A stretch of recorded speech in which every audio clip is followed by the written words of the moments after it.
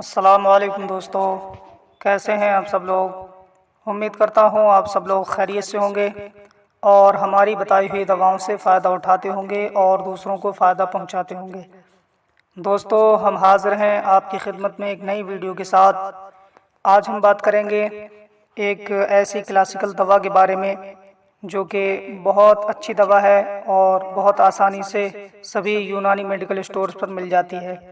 تو دوستو، ویڈیو شروع کرنے سے پہلے آپ سے گزارش ہے کہ اگر ابھی تک آپ نے ہمارے چینل کو سبسکرائب نہیں کیا ہے تو فوراً ہی ہمارے چینل کو سبسکرائب کر لیجئے اور برابر والے گھنٹی کے بٹن کو دبا کر آل پر ضرور کلک کر دیجئے تاکہ ہم چینل پر جو بھی ویڈیو اپلوڈ کریں وہ سب سے پہلے آپ کے پاس پہنچ سکے اور آپ سب سے پہلے اس ویڈیو سے فائدہ اٹھا سکیں اور دوسروں کو فائدہ پہنچا سکیں۔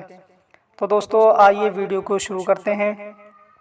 آج ہم بات کریں گے جوارش سفرجلی قابض کے بارے میں۔ جی ہاں دوستو، جوارش سفرجلی قابض یہ کس کام میں آتی ہے اور اس کی مقدار خوراک کیا ہے اور اس کو کس طریقے سے استعمال کیا جاتا ہے۔ تو دوستو، جوارش سفرجلی یہ معدے کی کمزوری کو دور کرتی ہے اور دستوں کو روکتی ہے، یعنی جن کو دست آتے ہیں ان دستوں کو روک دیتی ہے، یا جن کو الٹیاں آتی ہیں ان کی الٹیوں کو روک دیتی ہے۔ جن لوگوں کو بھوک کم لگتی ہے ان کی بھوک کھول دیتی ہے، یعنی بھوک بڑھاتی ہے، اور طبیعت میں جو ہے فرحت محسوس ہونے لگتی ہے اور جسم میں چستی پھرتی محسوس ہونے لگتی ہے۔ تو دوستو، یہ بہت بہترین دوا ہے جوارش سفرجلی قابض۔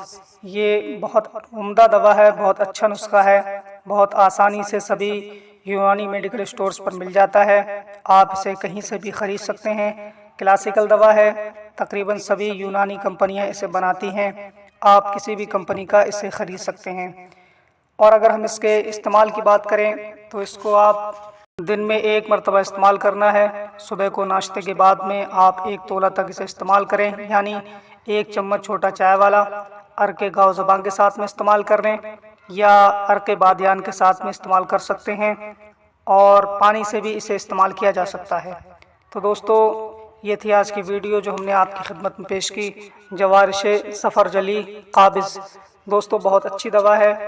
اب ملیں گے اگلی نئی ویڈیو میں، تب تک کے لیے دیجیے ہمیں اجازت اور اپنا خیال رکھیے۔ السلام علیکم۔